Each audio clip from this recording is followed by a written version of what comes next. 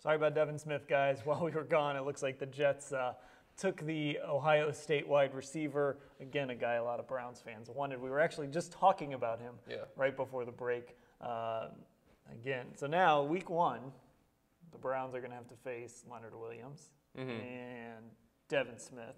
Not sure about the quarterback situation in New York, but that's a team that, again, it's all on paper right now. That's a team that has gotten a little bit better. Tremendous upside for Devin Smith. It's all about speed, speed, speed. And what was a problem for the New York Jets for so many years during the Rex Ryan regime? They couldn't score touchdowns. They're just like the Browns. They could play some defense now. They could run the ball, but they couldn't score touchdowns. This guy scores touchdowns, Dan. And the thing that I love about him the most, there were times that Braxton Miller made a terrible throw. Cardale Jones made a bad throw. JT Barrett made a bad throw. He doesn't make those look as bad because he finds a way to come down with the football in traffic, beating the defender. He makes your quarterback look good. He's been doing it since way back when he was wearing the Massillon colors. Oh, you remember that? Yep. I do. And now he is on his way to the NFL from Massillon to New York. Pretty much the same football passion, honestly, in both places. Brandon Scherff was the pick for Washington yesterday. They, of course, like a lot of teams on offensive line, they are now on the clock, hoping, again, like they were last year, that Robert Griffin III will be healthy for them. They've got him protected, they think. So now what do they do at 38? Well, maybe they have him protected. Maybe. I mean, Operation Protect Robert Griffin III can continue. Jake Fisher, the offensive tackle from Oregon, maybe he would go there to the Washington Redskins. You get your guard in Scherff. You get your offensive tackle in Fisher. He's got the good feet. He's a good pass protector. He would make sense. TJ Clemmings, the offensive tackle from Pittsburgh. And, of course, Dan, they could also flip on the other side of the ball. Ryan Kerrigan doesn't have his sack buddy. Brian Orakpo left. He went as a free agent to the Tennessee Titans. So that means they have to replace that production. I had them pegged to go with an outside linebacker in the first round in my mock draft. Well, good old Randy Gregory is staring them at right there in the face. I mean, there was, I would say, no chance for Washington to even think that they would have an opportunity to get Gregory in round 2. He was someone that maybe they even considered in round 1 because of how talented he is. He's the best pure pass rusher in the draft, the 3rd best defensive player in the draft, in my opinion. Getting him at 38 would be getting 2 first-round picks in this draft. Here's a question. We said we were going to talk quarterbacks, and we are. So here's a quarterback question. It's not draft-related. Who has the worst 1-2 quarterback situation of these 3 teams? The Jets, the Bills, or the Cleveland Browns? I don't want to make enemies right now. I'm ruling out the Jets because I think in a bad group. Oh, you know what? Somebody just threw in the Texans as well. Oh, yeah, that's true. That one's rough with Ryan Mallett and Brian Hoyer. But I'm ruling out the Jets because in a bad group, and understand it's a bad group that we're talking about here, to me, Geno Smith is the best of the bunch. I was just putting that on a teaser. You could talk about Geno Smith. That's all. I do still believe in Geno Smith. I think he's going to get better and better. I think he's had some things to deal with in New York that are very difficult for a young quarterback to deal with. So we'll cancel them out. I'll say Buffalo. Who's their quarterback right now? A guy by the name of Matt Castle. Yes, right. Matt Castle and E.J. Manuel. Who knows? They might even take a quarterback. They're sitting at number 50. It's their first pick of this year's draft. There are rumors that they like Bryce Petty for some unknown reason. Maybe they bumped their head.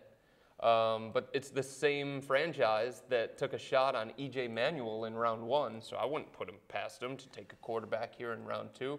I'd say Bills 1 for the worst, Browns 2, Jets 3, unfortunately. All right.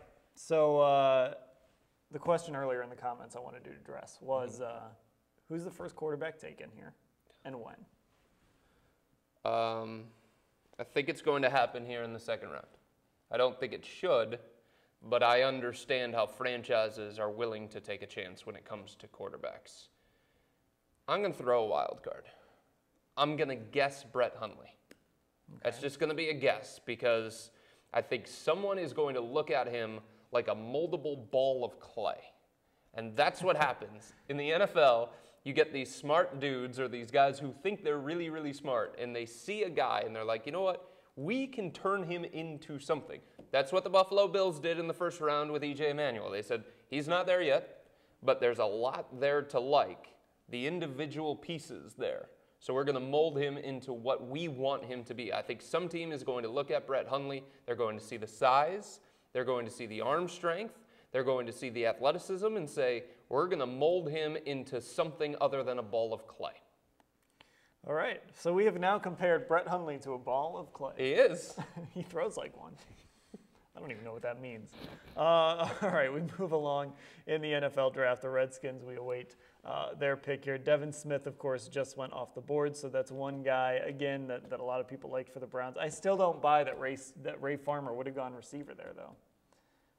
You're not thinking it? I'm all in on this narrative right now that Ray Farmer just does not want to take receivers high in the draft. Just based on what he said yesterday? Based on what we've seen for 2 years. I mean, think about the guys he's left on the board. And let's not forget they had knowledge, even though the story didn't come out until Friday. Yep. They knew about Josh Gordon before the first round last year. So, you know, Ray Farmer can say that narrative doesn't apply all he wants, and he can laugh it off, but the book is coming out on Ray Farmer. We've got a full draft last year. We've got a round 2 picks yesterday. With wide receivers on the board that you think are going to be playmakers, and he doesn't want them, or he wants someone else more than that. Well, Devin Smith would have been a guy that made some sense because they need to stretch the field vertically, open up some running lanes. I still think Jalen Strong makes sense because he's got the size, he's got the toughness, he's got the strength in the AFC North. So once he goes off the board, Dan, I'll probably side with you because I don't know that there's another wide receiver that Farmer would be willing to take here in round 2. But come on, man, they need touchdowns. They do need touchdowns. They didn't get touchdowns yesterday. You're right. Would you take DGB? Oh, man. I know your job's not on the line. I know the talent is there. And again, you know, like you said, my job isn't on the line. To me, look, it's just football, right? Right. It's not. If that pick is wrong, I'm not going to lose my job over it. Okay. Ray Farmer could. Sure. And he's got the Josh Gordon situation that he's dealing with. He's got the character issues from last year with Johnny Manziel and Justin Gilbert that he's dealing with. And this is not a football team that is built to handle that sort of thing in the locker room. There's guys in there like a Carlos Dansby or a Dante Whitner that are leaders. Yeah. But there's not a great structure in that locker room that can take on a guy who's had problems and set him straight. I think that's a fair way to look at it. I think there's another way to look at it, though. They went safe yesterday. They did. Everybody understands that. They went meat and potatoes. They appeased themselves. Ray Farmer appeased Mike Pettin. Mike Pettin appeased Ray Farmer. So now, don't you have to help out your new offensive coordinator, a guy in John DeFilippo that hasn't called plays since he was in college at San Jose State? If you go safe in round 1, does that give you a little security to take more of a risk in round 2? That's my question. It does, but they still need to find something they can count on in round 2. Something they know they can count on. Because again, look at last year. Because you got Joel Bitonio in the second round, what you did in the first round still sets you back, but you got first round talent with your second round pick. Yeah. I think if we redrafted last year, Joel Bitonio would go in the first round. I think that's fair. And I think the Browns are still in a position where they need to get talent. They need to get guys that they can count on every single game. And it just goes back to, look, New England, the good teams, Seattle, Green Bay. You go in those locker rooms, and if you're a problem, they're just going to weed you out. Right. The players will do it themselves. In the Browns locker room, there's leaders in there. They did a good job of adding leaders last offseason. But I don't know. And maybe Dwayne Bowe can be that type of leader. Maybe. But again, the performance doesn't back it up, which is a problem. That's true. So I don't know. I mean, if they take him, I think he can be exciting. And if he stays clean like he has since he got kicked out of Missouri, if he stays on the straight and narrow, he could be a guy that is a huge difference maker for this team. Again, I just think their direction last night, going with good guys, smart guys, very little risk, I think that gives them a little opportunity to try and swing for the fences here in round 2 and take a guy in round 2 that you normally don't get in round 2. And I think that's what it's about. Sometimes unique opportunities pop up and you have to take advantage of them. And I get what you're saying about Johnny Manziel and Justin Gilbert and, of course, Josh Gordon. You want to learn from your mistakes. But you can't say because you had 3 knuckleheads that couldn't figure it out on their own that they're never going to take knuckleheads again. Because I think you have to look at the individual. You can sit here and say that Dorial Green-Beckham is just like Josh Gordon because you've got 2 guys with baggage. But what is the baggage? Do a little bit more homework. Does he have a true problem or was he just immature? Did he grow from it? Those kinds of things. Josh Gordon was the guy who did something stupid and then blamed everybody else. That's true. That was who he was. He was the guy, and he's always been the guy, where he uses the excuse of the dog ate my homework. He'll never take responsibility for his own actions, and I think given what I've heard about Dorial Green-Beckham and what I saw at Oklahoma, a guy who stayed out of trouble, that shows that he's progressed. Josh Gordon never did. Johnny Manziel didn't. Justin Gilbert didn't. You see evidence of some change here with this kid. Preston Smith goes to the Redskins. Eddie Goldman goes to the Bears. If you have your audio on, if you're watching us in the comments section, hit your mute button or whatever it is. I'll give you a couple seconds because I'm about to spoil the Titans pick. All right, are you ready? The guy we were just talking about. 2, 3 picks in front. Now we'll never know. See, that's the problem. I want to know these things. Like last night, Dan, I wanted to know if Ray Farmer was going to have the guts to go with a running back at number 12, my guy, Todd Gurley. I want to know that answer. And I want to know if he would have taken a chance on Dorial Green-Beckham. Now I'm not going to know. How about the Titans, though? The Titans start the night. They're sitting at number 33. They got Marcus Mariota last night. Yep. They rebuffed all trade offers. Here they are sitting at number 33. And they say, yeah, we could take Dorial Green-Beckham to start things off here in the second round. Or we can trade back to a spot where we can still get him, and they pick up assets. Yeah. Because he might have been the guy that they were going to take at 33 altogether. Instead, they drop down 7 picks, and they still get a guy who belonged in the first round in terms of talent. Yeah, absolutely. They took a chance. They took a chance on a guy, and they took a chance on him with a quarterback that is probably going to get forced to play earlier than he should. And that's why you need to get him a big-time weapon like they just did. Because Marcus Mariota, whether you like him or not, he's not going to be ready week 1. Yeah. But because of the situation he's in, he might have to play, very early in the season. And that's where having a guy like Green-Beckham is enormous for them. And if you're Marcus Mariota, I think you're a pretty happy guy right now. Yeah, I always get these things mixed up. Time always jumps together for me, Dan. Was Ken Whisenhunt, he's the new head coach of the Tennessee Titans, yes. Was he with the Steelers when they had Santonio Holmes? He was there. Did they overlap? He was there during the Super Bowl year, right? I think so. When Holmes made that catch. I think so. Yeah, I believe so. So he's dealt with knuckleheads before. To Google we go. Let's see here. What I'm saying is there are certain coaches, it seems like, that are more willing to take a chance on knuckleheads. He seems to be one of them. Jeff Fisher will take chances on knuckleheads. Bill Belichick, of course, will take chances on knuckleheads. I wonder if he was there with Santonio Holmes. I think he was. I feel like he was. We move along now to the Carolina Panthers, who went with Shaq Thompson yesterday at 25, which took a lot of people, as you can see, by surprise. Oof. You can just say it, Dan. They made a goofy pick, a surprising pick. Shaq Thompson, I didn't even think that was one of their top needs. And the thing that I would ask Carolina is, okay, great, so you got a linebacker. Can he play offensive line? Because you can build this defense the way that they're building the defense, and the defense has been terrific with Luke Kuechly and Thomas Davis, and before Greg Hardy went all crazy.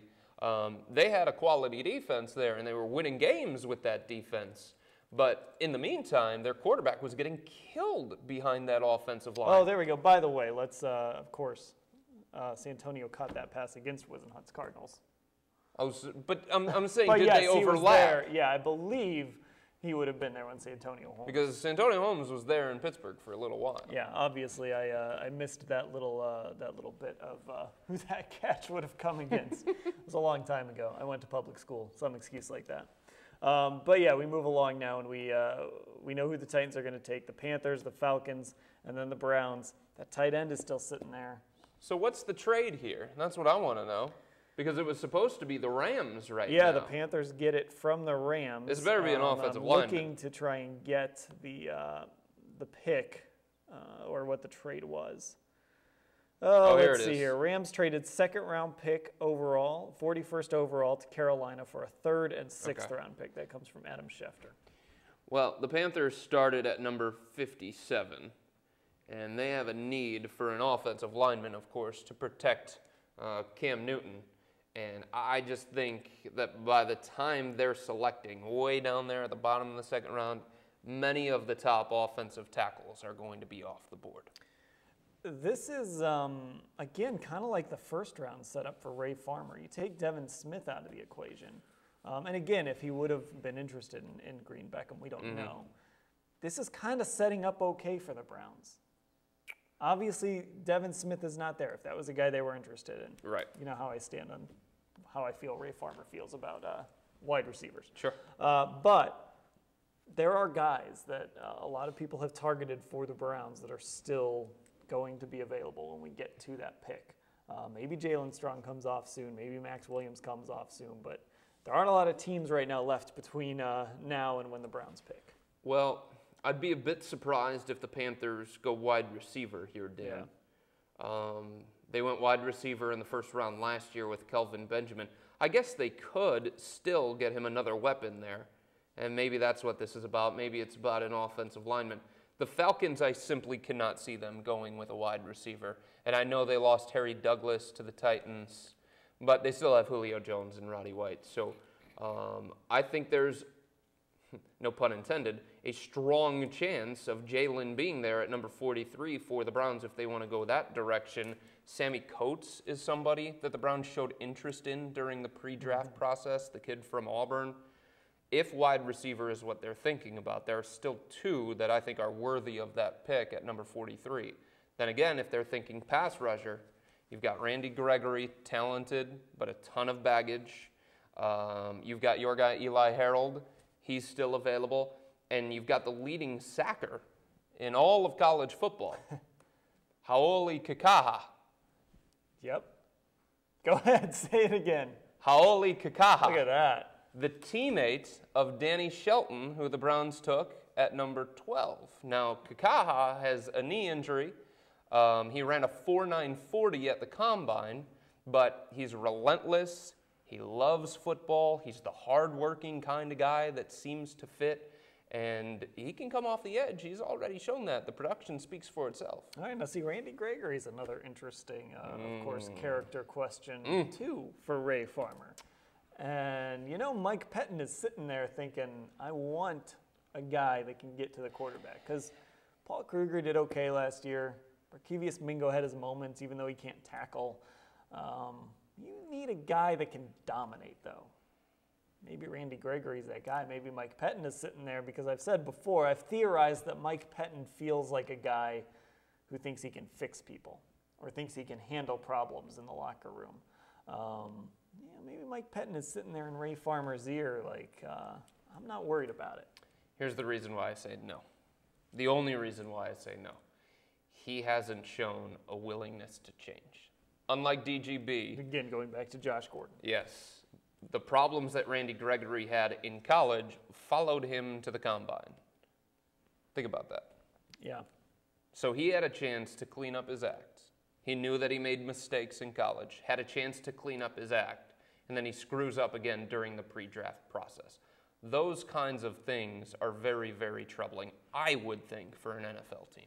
Yeah. Again, though, going back to that locker room and where the bulk of the leadership is in that locker room. Carlos Dansby. Sure. Dante Whitner. Paul Kruger. Joe Hayden. Paul Kruger. The bulk of the leadership in that locker room is on the defensive side of the football. And you got some big names at linebacker as well that they brought in to be good for them. And Carlos Dansby was very good for them, but they also brought them in to be leaders. Maybe that plays a role in that. Again, on the offensive side, I mean, just looking at the Browns offensively, who are the leaders? Joe Thomas? Yeah, I would say Joe Thomas. But you can't just list them off. Josh McCown.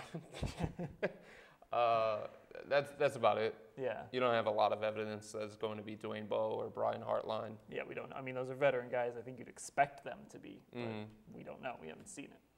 Yeah, I think Joe Thomas is one that comes to mind, and Alex Mack. But Alex Mack is a reserved guy, and he might not even be here beyond this year. Yeah, and he was hurt most of last year, of course, too, so we didn't get to see kind of how that went. So the leadership is defense heavy. So I don't know. Maybe that would play a role as well. We await the Panthers pick here in the second round. They are number 41, so that will leave us 2 picks away from the Cleveland Browns. And again, the Panthers officially announce it that they've traded picks 57, 89, and 201 to the Rams for the 41st overall selection. Dan, it's got to be a wide receiver. I don't think it's going to be a wide receiver, but it's got to be a wide receiver. Interesting, the Pro Football Talk points out that the Titans take the safe quarterback and the risky wide receiver. Are the Browns thinking the same thing? They took the safe guys in the first round, they take a risk in the second. Maybe. It's possible. It's possible. I still think, like, if somebody says, Chris, what do you think it's going to be for the Browns there at 43, Dan, I think it's going to be a pass rusher. I don't think it should be a pass rusher, but I think it's going to be. Yeah, and I mean, what are you trying to build, right? What do we know right now that the Browns are trying to build? Certainly not an offense. They're going all in on building a dominant defense. They want to run the football, go play action, and dominate defensively. So maybe that's what they do with 2 of their 3 picks here, 2 of their top 3 picks this year. And according to reports, they will not be picking at 43. They've traded it to the Texans. That's what Ian Rappaport just tweeted. So the Texans were at 51. So the Browns trade back 8 spots, if that's the case. Yes. I will say, I'm looking at the draft tracker I have here. They have not put the Browns at 51. Not yet? No. So they have put the Texans up at 43. They have not put the Browns at 51, though. So we'll see what the Browns got. Well, things getting interesting when it comes to Ray Farmer. Wheeling and dealing. Normally he goes true. the other way, Dan. Yeah, he was very aggressive last year moving up. So the Browns will not make their pick in a couple of picks. We're going to have to wait. Again, I know they always go by the board and things along those lines, but just given this kind of move, I'm more thinking outside linebacker / pass rusher. Maybe even inside linebacker, because look at what has gone here in the early stages. Devin Smith, wide receiver. Dorial Green-Beckham, wide receiver. Carolina could take a wide receiver here. Given the way that the top half of the second round went, that means the outside linebackers that came into the second round are still there. Harold is still there. Gregory is still there. Odigizua is still there from UCLA. I said Kikaha, he's still there. Nate Orchard is still there. So given the way that the top of the second round went, it was more wide receiver heavy. That pushes those outside linebackers that the Browns could want, or an inside linebacker. That's the other thing. You've got Perriman from Miami. You've got Eric Kendricks, the inside linebacker from UCLA, the best coverage linebacker in the draft. Those guys continue to get pushed down the board. Okay, so we await the Browns pick even longer. We're waiting for word on that trade as well. I'll tell you what. Let's hear from the Cleveland Browns draft picks from yesterday, since we're going to have to wait a little bit to see who the Browns pick today. Let's check in with some video of Danny Shelton getting introduced today at the Browns facility in Berea.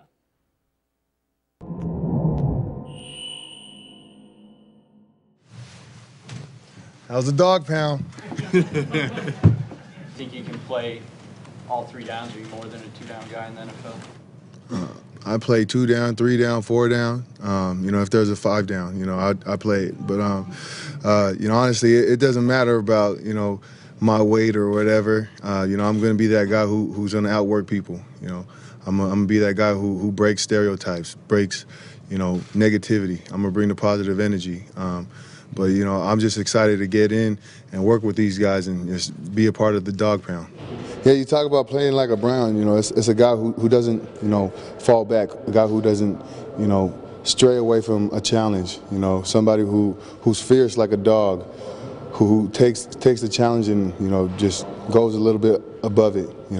Who's tough, accountable, and just does the right things. And that's a guy who I want to be, and that's a guy who I want to conduct myself as. You look at my resume, I'm that guy who stops the run, but I'm also going to add to the pass rushing game. And so that's my plan. I plan on coming in here, earning my spot, and securing that middle section, making sure that I do my job so my other players can make the plays and I can make the plays too. How much have you talked to Mike Patton, and have you learned enough to know his philosophy and what they want this identity to be? The philosophy is really similar to what Coach Peterson does at Washington. As far as having the core values of toughness, integrity, accountability, other things that shape a great team. It's something that I'm similar with, and something that I like to do with myself. I like to live by. So I'm excited to just get to work with everybody. All right, that was Danny Shelton. He, of course, was the Browns' top pick yesterday. Cameron Irving, the other pick. We're going to hear from him a little later on in the show as we move along in the second round. The Browns trading out of the 43rd pick. They will pick 51st now. That's the 19th pick in the round. I saw somebody tweet that it's a good thing the Browns traded out because they were getting dangerously close to a big impact wide receiver. You can't have those. Ray Farmer's allergic to those guys. Yeah. Why would you sit there and take Jalen Strong when you can move back 8 spots and pick up another pick? They don't have enough of them. They only went into this whole draft with 10, Dan. The Panthers went tight end. Devin Funchess, the guy from Michigan. Tell me about him. I don't know what he is. I don't know if he's a tight end. I don't know if he's a wide receiver. I don't know that Funchess actually knows what he is. He started as a tight end, Dan, and he was pretty productive there. He makes the move to wide receiver, and he had a bad 2014. Now, part of that is that whole quarterback situation at Michigan was a mess. So I would say that it is very difficult to hold that against him, but he's not very consistent. He doesn't get separation, and I have absolutely no idea what position he's going to play. I do know this. For Carolina, they have some big receivers now. Kelvin Benjamin, 6'5". Funchess is about 6'4". They better start growing some cornerbacks to match up with some of these guys. My goodness. All right, so that was the pick for the Panthers. We move on now to the Falcons. The Browns move down to the 51st spot. So Ray Farmer collecting more assets. They had 8 picks left. Go ahead. Looks like he got an extra 4th rounder, number 115 overall, and an extra 6th rounder, 195 overall. So they got another 4th rounder then. So that gives them 3. Right, and that means you got to think they're moving back into the 3rd round at some point, right? Yeah, I would think so. Or maybe they're going to bounce around here in the 2nd round, or they're going to take from that 3rd round and try and move into the back half of this 2nd round. I don't know, but the more picks you have, Dan, obviously, the more ammunition you have, the more aggressive you can get. And that's been something that Ray Farmer has tried to do. He's kind of like the Chris Grant of football. Accumulate assets. Yeah, well, hopefully for Ray Farmer, he won't end up seeing someone else get to use those assets. Right. Hope he doesn't take Deion Waiters here in round 2. Jason LaCanfora. Carolina moved into the Rams spot to take Devin Funchess. Lots of teams panned Carolina pick Thursday, and scouts that I trust don't like him either. So a weird draft for Carolina. Right, and Cam in a lot of people's eyes. Cam Newton's somewhere in Carolina saying, "Hey guys, I took a lot of punishment behind a shaky offensive line. The best left tackle that we had retired before last season. Can you get me some help here? Maybe, possibly. There are some guys still available. Jake Fisher, T.J. Clemmings, some offensive tackles. No, you're going to take a wide receiver. Okay, great. All right, so now we move along in the draft here to the Texans. Jalen Collins goes to the Falcons, cornerback out of LSU at number 42. So they go defense with their first 2 picks, Vic Beasley yesterday, and now a cornerback, Jalen Collins, hoping that Vic Beasley can help make him look very good. Tell me about Jalen. And they need to beef up that defense. Again, they've got a new head coach there. He's a defensive-minded guy. Dan Quinn came from Seattle. Jalen Collins out of LSU. He's got some red flags. Obviously, it's been the story of this draft, really, guys with baggage slipping into the second round. He's got some baggage, but he's got the size, the length, and the speed, and that's something, that combination is something that all teams around the NFL are going to covet. The thing about Collins, though, not a lot of experience at LSU. Only made 10 starts for the Tigers. So you're talking about somebody relatively new. You're going to have to get your hands on him and groom him a little bit. But the potential is there because of the size, length, and speed. All right, it was supposed to be the Browns making this pick. So, a few minutes ago we would have never thought of doing this. But since we got some time to wait, we're going to take a break.